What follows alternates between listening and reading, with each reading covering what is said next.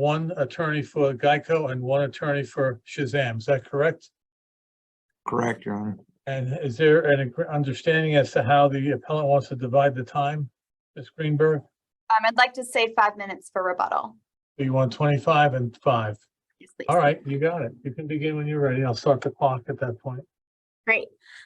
May it please the court, I'm Sasha Greenberg and I represent Geico General Insurance Company, who is the petitioner in the 7 cases consolidated for the purposes of today's oral argument. The single issue before the court today is whether these 7 state court cases should have been stayed while a previously filed federal court action was pending.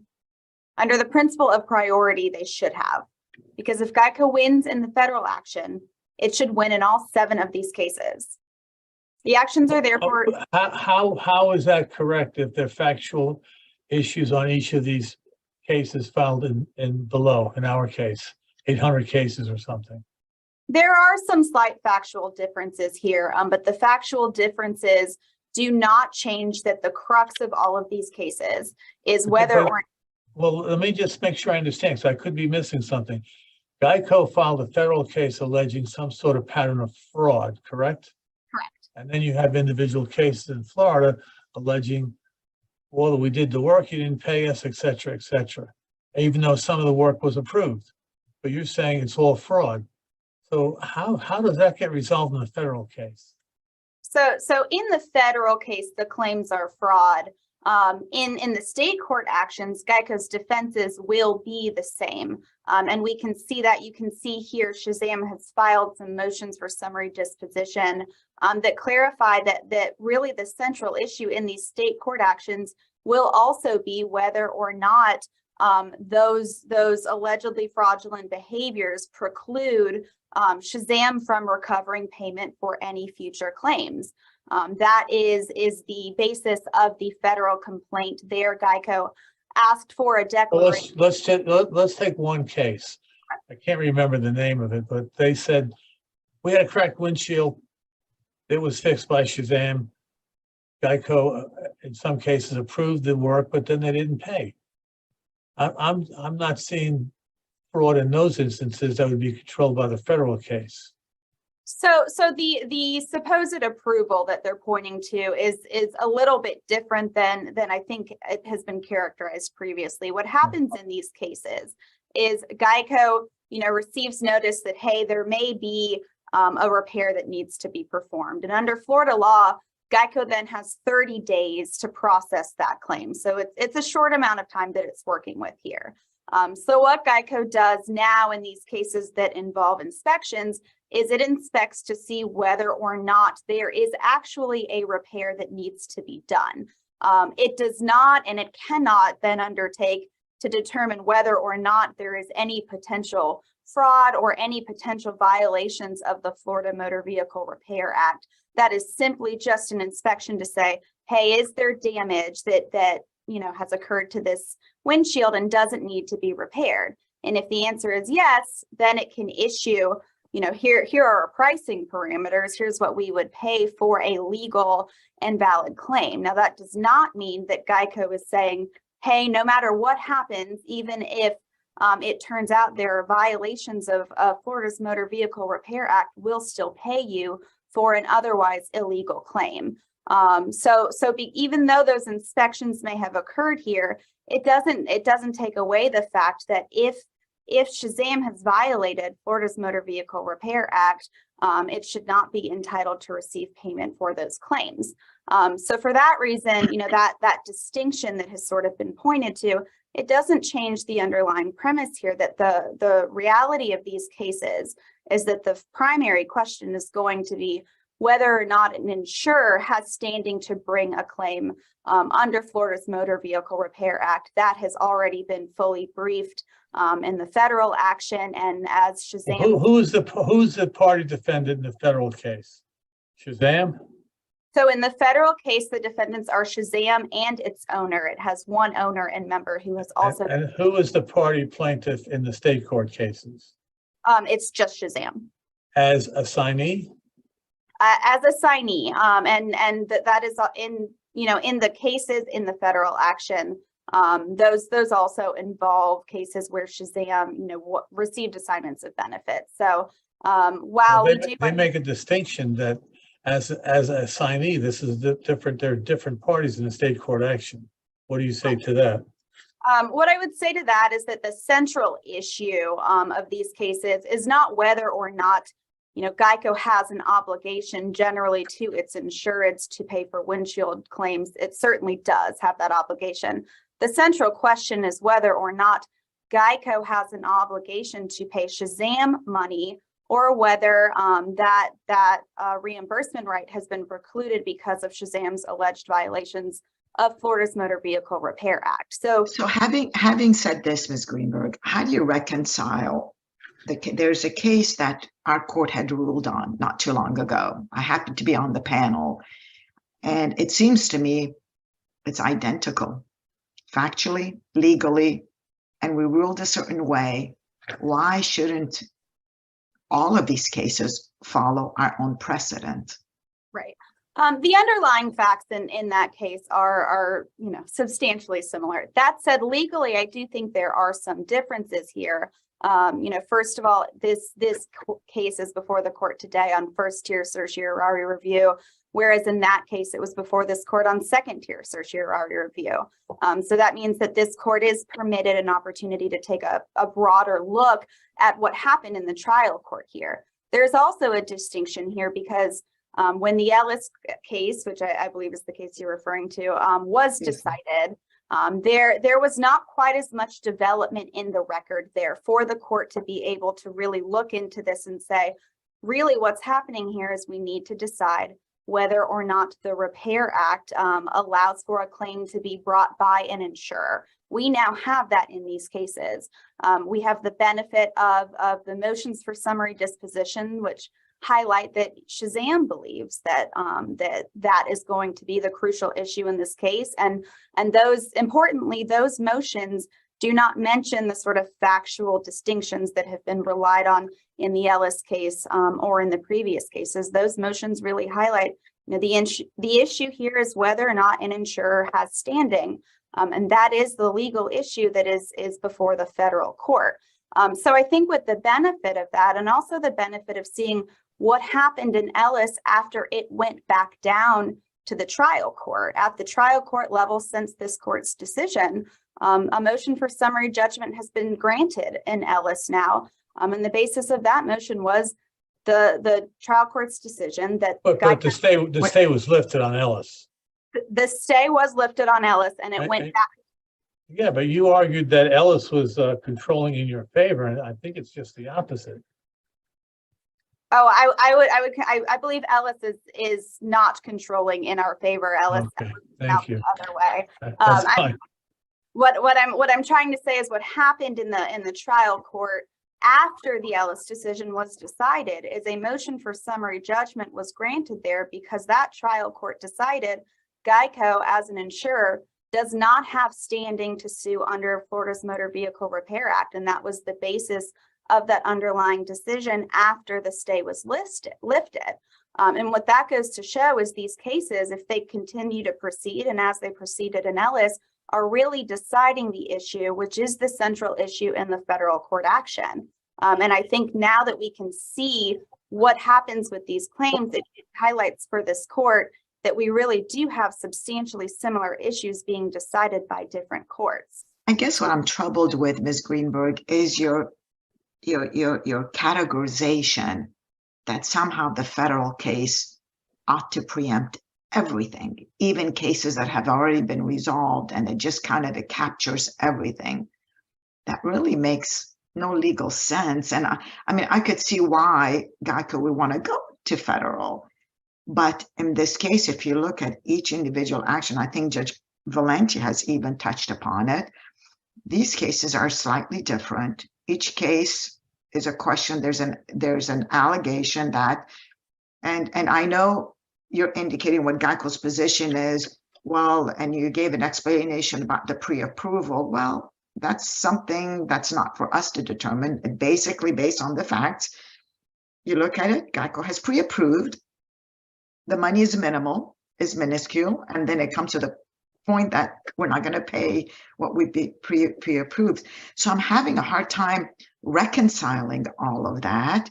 And basically, I think what at least my review of this, it appears that Geico's trying to preempt all of these folks' day in court by just somehow couching it on this big theory of fraud in order to take it away from what their right is to pursue to getting to get reimbursed for the repair that has been done.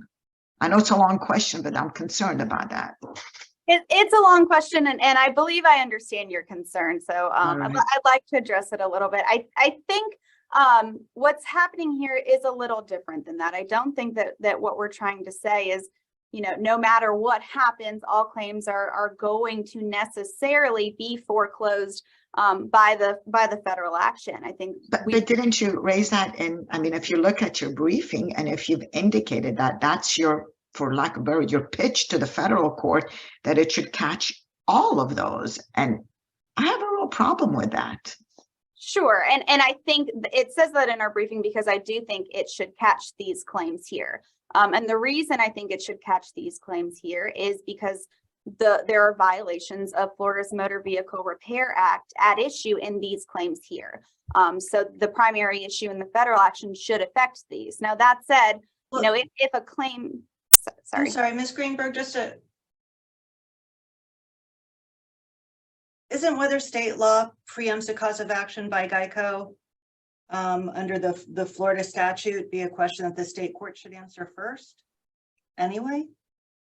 I think because the case was brought in federal court first under the principle of priority, it should be decided there first. What we're talking about here is a suit that was brought by Geico to the federal court, and a motion to dismiss was filed in that federal action by Shazam, trying to say, this is not a legitimate suit and Geico should have no standing. And the federal court has already said, no, it is a legitimate suit. This is an important question that needs to be decided. It's been fully briefed and argued there, and we're waiting decision from the federal court on that issue. So under the principle of priority, which very clearly says that when a case is pending in federal court, and that's a previously filed case, a subsequently filed case in state court over substantially the same issues and involving substantially the same parties should be stayed. And important. And that's the key. That's the key. Substantially the same, similar. We're not dealing with the same cause of action. We're dealing with two different cause of action. You're alleging fraud in one versus in the state courts. And what I find it curious is that Geico never responded in the state court. So how can you say that's the same issue? Simply you filed a motion to, dismiss, to try to push all of that. So we have to accept your argument that it is the same thing versus what's before us is just simply demand for money. The payment, there's pre-approval. We just need a minuscule amount, reimburse us for what we put in. No allegations of fraud, no allegations, whatever. There's no, I think your position would be a little bit stronger if Geico would have filed answers to firm defenses saying this is fraud, we're bringing a claim for that, but we're not dealing with that. So we have to accept your fact that, these are identical claim in terms of priority. So how do you reconcile that? Sure, and because these cases are small claims cases, there was no answer and no affirmative defenses required to be filed here. And I do understand, that means a little bit less information. But I think those differences that you just pointed to make this case very similar to the Florida crushed stone case and some of the other cases that we cited in our brief. Florida law is very clear that two cases do not have to be identical in order for the principle of priority to apply, and the causes of action do not have to be identical for the principle of priority to apply. I think here on the record before us, the fact that we have, Shazam filing these motions for summary disposition saying, look, we should win, and we recognize that Florida's Motor Vehicle Repair Act is going to be the crux of this case. I think that highlights for us, as well as having the ultimate decision in Ellis, which shows that was the crux of that case ultimately. I think it's pretty clear here that the nature of the dispute between the parties, and I say the parties being Shazam, regardless of who its assignee is in that particular case. And Geico, right now, the nature of the dispute is whether or not Shazam violated the Florida Motor Vehicle Repair Act, and they don't really contest whether or not they did. And I guess that's why I have a real hard time with that. You're saying that this is the crux of the matter, but we don't have that on our record. All we have is a claim and small claims, no answer, nothing whatsoever, stay everything, we filed a federal case. So how can you argue that this is what we're dealing with based on our record, and we have to stay with our four corners? We just have to accept your position or take it for face value that this is what it is. So that's what I'm having a hard time before us, based on, as you know, we have to proceed with based on the record before us. We don't have that here. We don't have an allegation that there's a violation against a Florida, Vehicle Motor Act. We don't have that here. Right. And I think what we do have here that is very important is we have the federal court saying that Geico has alleged a reasonable expectation of a future injury. There was a motion to dismiss filed there, and the federal court has explained that Geico has that. And it has said that because of that, the federal action could, and it has not yet done so, but it could enter a declaration saying that Geico does not owe Shazam money for future claims. And because those future claims are at issue, in that case, if there are any of these arguments that Shazam wants to bring up, that would be the appropriate place to do that. Was the federal complaint amended to add any other party defendants? To add any, Just Shazam, right? correct. The federal complaint has not been raised to add any other party defendants because Geico's issues in that case and in this case are not with the insureds that allegedly assigned assignments of benefits. Geico concedes that generally there's coverage in these cases. The issue is whether or not Shazam is owed money given the violations of the Florida Motor Vehicle Repair Act, which does provide that if there are violations of that act, then the repair shop committing those violations is not owed money under that act. So here, Geico contests that it has already paid Shazam $340,000 on fraudulent claims. And it's very clear in that federal action, look, we're going to list. And I guess, Ms. Greenberg, I know you keep arguing the federal. This whole issue is whether or not the stay should have granted or not. So we look at what's before us. And I don't know if Geico did a strategic decision not to raise these issues below, and maybe to their detriment, because if they would have raised these issues below, perhaps you'll have a colorable argument that perhaps a stay should have or shouldn't have, there's an issue with the granting the stay.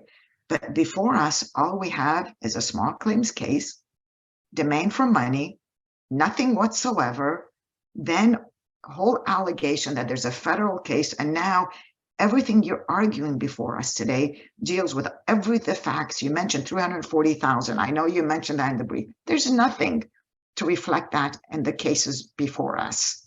And so maybe the strategy that Geico was planning maybe backfired, because maybe they should have raised these issues in these cases below.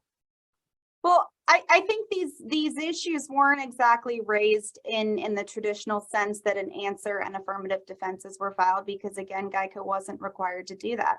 I do think these issues. No, and I understand that. But my question is, you're arguing priority, and you're arguing these are identical. We have to leap of faith and then to look at another case. Are we bound to look at, we have to now look at a record in the federal court to say, what was the complaint? What was it mentioned?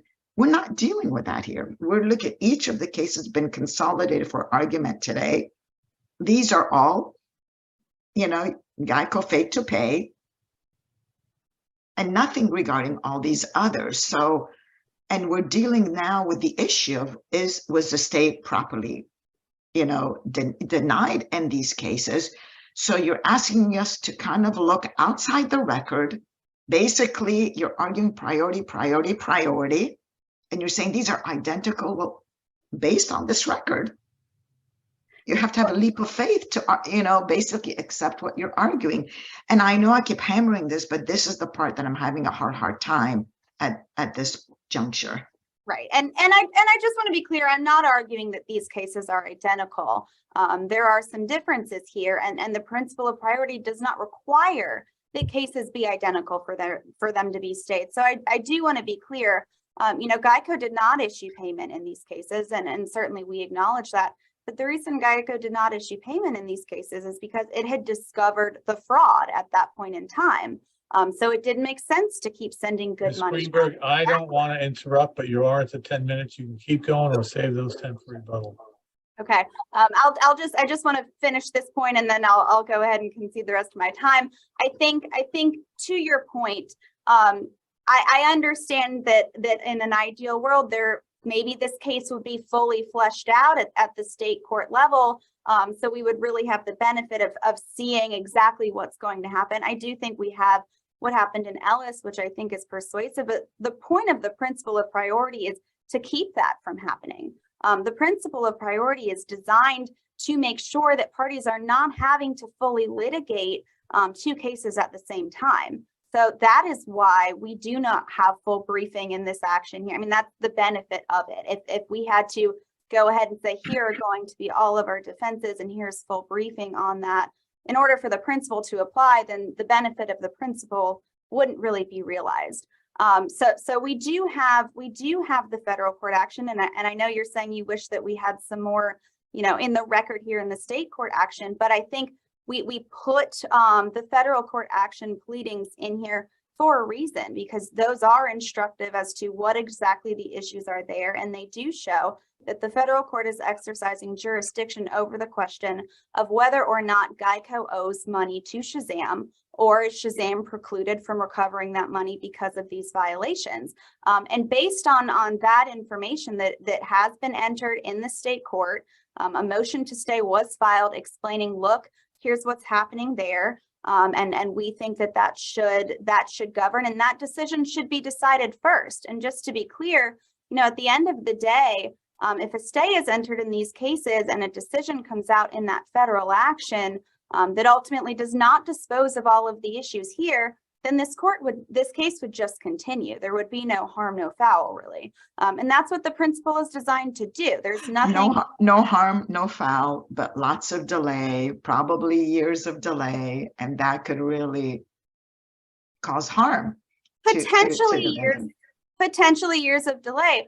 Also, potentially, all of these cases would be completely resolved by whatever the decision is in the federal action. So sure, on the one hand, there could be some delay and we could have to, pick back up where these cases left off. And the main reason I'm saying that, because your words were no harm, no foul. It's like, well, somebody could argue there would be harm, there would be foul if it goes away, if it goes a certain way. I totally expect that Shazam will make that argument. All right. So I thank you, and I'll reserve the rest of my time. All right. Thank you, Ms. Greenberg. You've kept yourself 7 minutes. Mr. Caldevilla, you're up. Good morning, your honors. May it please the court. I'm Dave Caldevilla and I represent Shazam in these 7 certiorari cases. All 7 of these cases are similar and they raise identical legal issues with one exception. The exception is the Caraballo case, which is case number 22-1041. I just wanted to alert the court. In that case, my motion to dismiss the Caraballo case is still pending. We filed a motion to dismiss on June 13th, and the motion panel issued an order on July 25th, deferring that motion to the merits panel. I just wanted to alert you. I don't know that I need to get into the merits of that motion, but in that motion, we contend that. I don't think it's going to help you in this case. Anyway, just to alert save that. Okay. So tell me about the principle of priority. Is this a principle of priority or a principle of comedy? Is it horizontal versus vertical? So the principle of priority is a matter of comedy. But it doesn't apply. There's no way it could possibly apply in this case. There's no concurrent jurisdiction over the claims. There's no identical or similar facts. There's no similar parties. The parties are not the same. So let me start at the beginning though, Judge Valenti. Yeah, no, I apologize for interrupting you, but I wanted to ask her, and I felt bad that she was almost out of time. Well, yeah, counsel actually dodged your question. You asked counsel, how are the parties the same when they're assignees? When Shazam is acting as an assignee of the insured in each of these 7 cases, and counsel totally dodged that and didn't answer it, but there's clearly a string of third DCA cases which we cite that says you don't have the same parties and they're not in the same capacity when they're appearing in the lawsuit in the capacity as an assignee of someone else. We're standing in the shoes of the insured in these 7 lawsuits. And so we are, for all intents and purposes, we are Ms. Den, Mr. Corrales, Mr. Bregman, Dietrich, Caraballo, Lyons, and Hurd. That's who we are. We're standing in their shoes. So the first question, though, for the court is whether the requirements of certiorari review can possibly be met in this case. And of course, there are 2 standards that we have to look at. And one is whether there's a departure from the essential requirements of law. And the other is whether there's any irreparable harm. Irreparable harm, of course, being a jurisdictional requirement. But the trial court followed binding precedent, so how is that a departure? Can't be. There's no way it can be a departure. The circuit court held under the exact same scenario that the trial judges, 2 of the trial judges, or in this case, Judge Peroni and Judge Baggy Hernandez. We have 4 trial judges in these 7 cases, but the 2 of those trial judges were the trial judges in the Guard Ellis line of cases. There were 5 cases in that batch. The circuit court said you didn't abuse your discretion in denying the motions for stay. Why? Because the facts aren't the same. Most of that, I think that was the nature of Judge Huey's decision. He found that the facts weren't the same because Geico was suing to claw back money that they'd already paid in the federal lawsuit based on the Florida Motor Vehicle Repair Act and FDUPTA and RICO, et cetera. Whereas in this case, in these cases, 3 of them, the state court action was filed after the federal lawsuit. These claims are not mentioned in the 800 something claims that are listed in the federal lawsuit. And Geico authorized Shazam to do the work. Counsel says, oh, we really didn't authorize it. Yes, Geico really did authorize to do this work. And then they paid nothing. So this is actually part of the playbook that the law firm of Smith and Gambrell wrote and published, and they use it a lot in PIP. And that is when you're getting sued by a doctor a lot for underpayment. Here's a great idea: drag them into federal court, file a slap suit against them, which is, for all intents and purposes, that's what these federal actions are. They never prevail in them. They're just intended to have a interim effect on the healthcare provider or the assignee who's just trying to recover what the policy promises, and the insurance company files this huge, massive, expensive lawsuit. The provider, whether it's a healthcare provider or a car repair shop, et cetera, they can't be represented on a contingency basis like they can in these small claims cases. So they have to pay somebody hourly in federal court, and they're forced into submission because they get financially drained. That's in the playbook that's published. That's their strategy. That's what they're doing here. Counsel, says the crux of these cases is the Florida Motor Vehicle Repair Act. There has not been a single, and there have been many decisions where insurance companies try to raise the Florida Motor Vehicle Repair Act as a reason not to pay a car repair shop. And every single one of them, all of them, and they're cited in footnote 3 of every one of my briefs, say insurance company, the Repair Act only provides remedies to a customer. You're not a customer. You have no business trying to assert any type of relief under the Motor Vehicle Act. If they want a decision on that case, They're not coming to the state court for it. They're going to federal court for some reason. I can't imagine why, but if they want a decision, this would be the perfect opportunity for this court to confirm those 10 or 12 cases cited in footnote 3 of my briefs, that an insurance company is not an insured. I mean, a customer. They have no remedy under the Motor Vehicle Act. There's no defenses. The Motor Vehicle Act doesn't create an affirmative defense to payment. It creates a cause of action for the customer. Now, counsel says here that, well, we're not required to file an answer or an affirmative defense. That's true. Small claims court doesn't require a pleading, but doesn't prohibit a pleading. They're certainly allowed to plead and answer an affirmative defense. Of course, if they have a sham pleading, they're not going to file it. That's what this would be. They haven't filed a counterclaim. Why don't they? If they feel like they have a right to bring a cause of action, they have some type of relief under the Florida Motor Vehicle Act. Why aren't they filing a counterclaim? Because they don't have a counterclaim. They don't have a claim. In fact, the Ellis case and the Mays case. So originally there were 9 of these certiorari cases pending.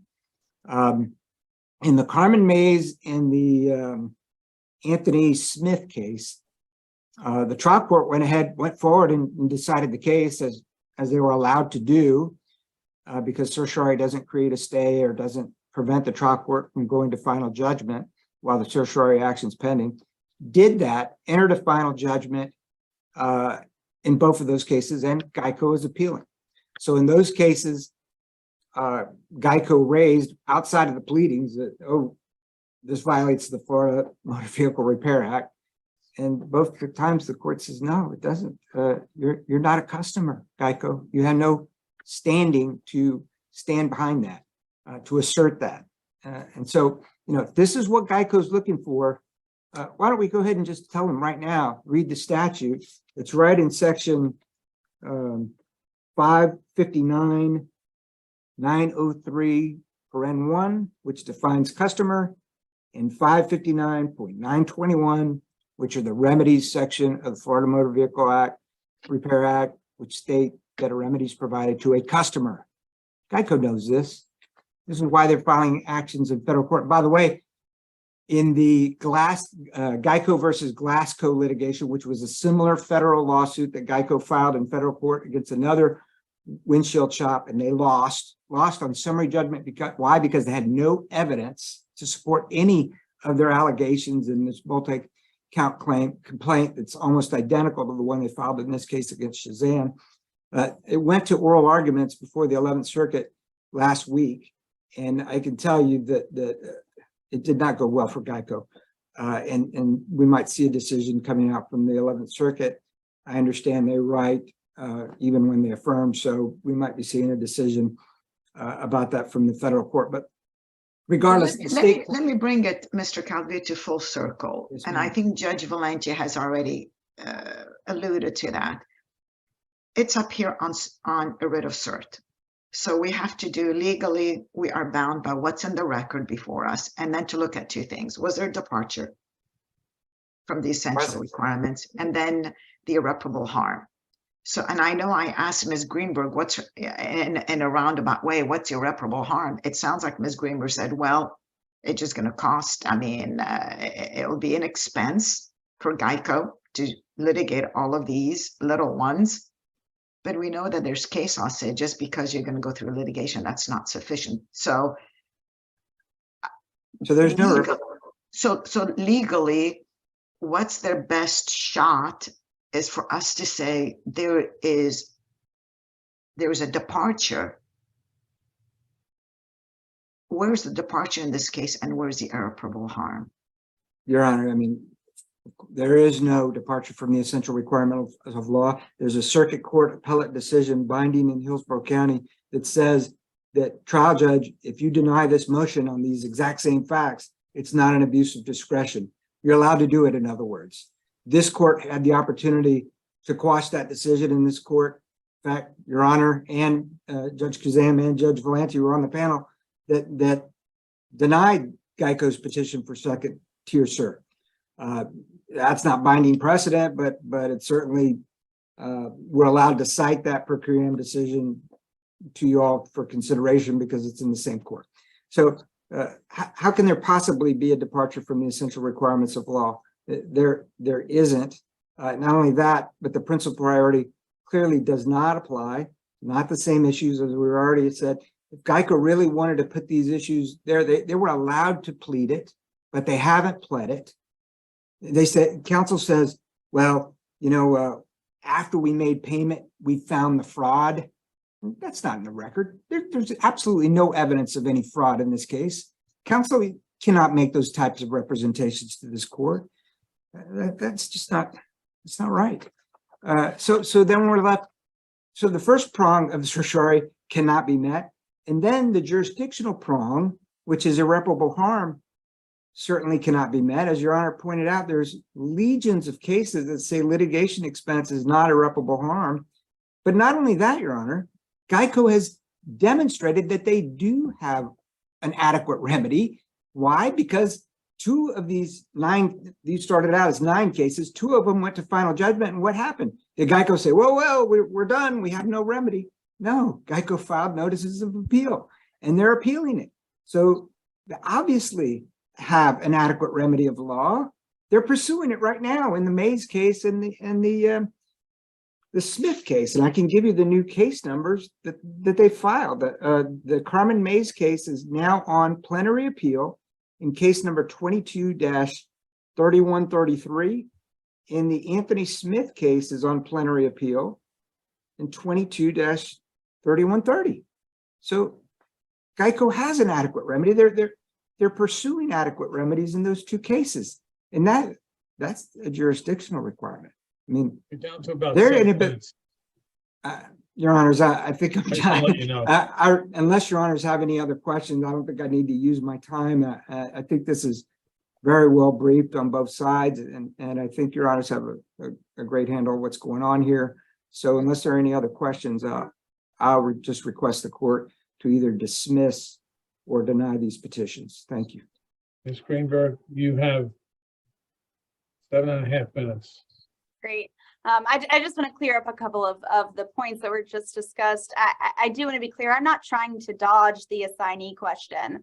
You know, in this case, I think the underlying relationship that matters is the relationship between GEICO and Shazam. And we have a lot of case law cited in our briefs about the fact that parties do not have to be identical.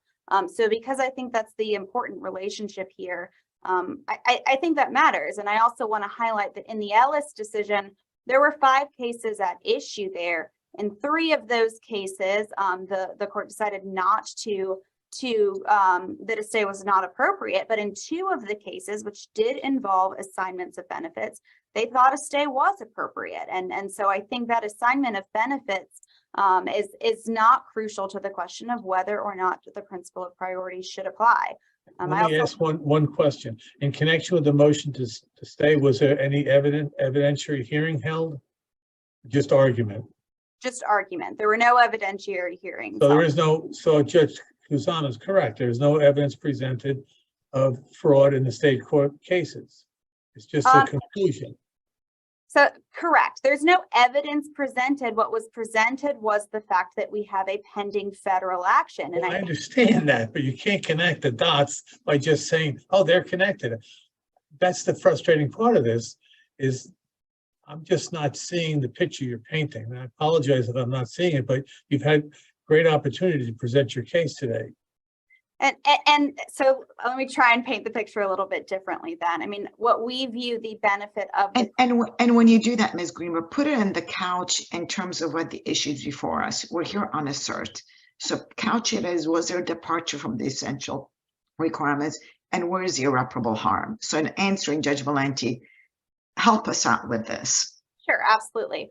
You know, there is a lot of case law explaining that that failing to apply the principle of priority and granting a motion to stay is a departure from the essential requirements of the law, and it does create irreparable harm. I mean, there's a lot of case law on this issue that is cited in our briefs.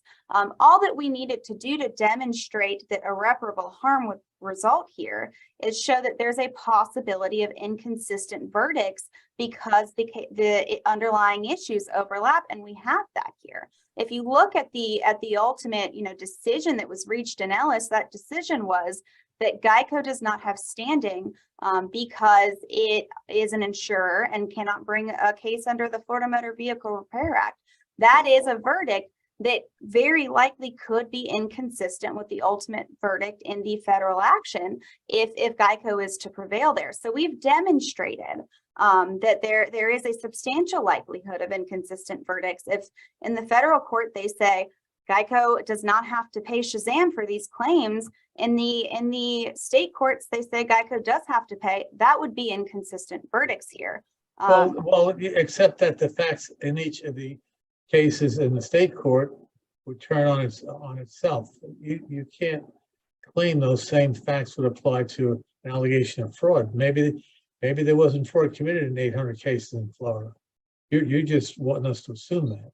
Yeah, and I want to kind of clear up what some of the violations that we're talking about for these Motor Vehicle Repair Act violations. What they get to is sort of the heart of how Shazam was conducting these repairs. The allegations are that Shazam did not have any actual employees conducting repairs. It only had independent contractors, which is a violation in and of itself of the Repair Act. Oh, okay, but are you saying the trial courts in the state court cases had no discretion to deny the stay as a matter of law on the principle of priority, which I'm not convinced really applies here, that trumps everything?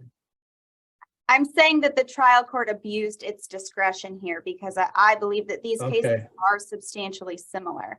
And the reason that I believe that they're substantially similar is because the crux of these cases is going to turn on that issue. And I understand that it would be easier to see that if more evidence was presented. But if more evidence was presented, then there would be no real benefit to the principle of priority, the benefit of that law. I don't want to disagree with you, but I'm listening. You've only got 3 minutes left. The point of the principle of priority is to conserve judicial resources and to make sure that parties do not have to litigate the same case over and over and over again. So if we were going to require parties to go ahead and litigate those claims and present the evidence that they're going to present in the federal action, in the subsequently filed state court action, that's essentially an undoing of the principle of priority. That's basically saying, no, you're going to have to go ahead and not conserve those resources and defend those actions in two simultaneous actions. And because Florida law has been pretty clear that is not the law, and that we have this principle not only to preserve the resources of the parties, but to save the court's time. If at the end of the day, hundreds of these cases are unnecessary because of the ultimate ruling in the federal court action, that would mean that all of these cases would have wasted this court's time. And because Florida has a law that is designed to preclude that, we believe that the principle of priority should have applied here, and that these cases should have been stayed during the pendency of the previously filed federal court action.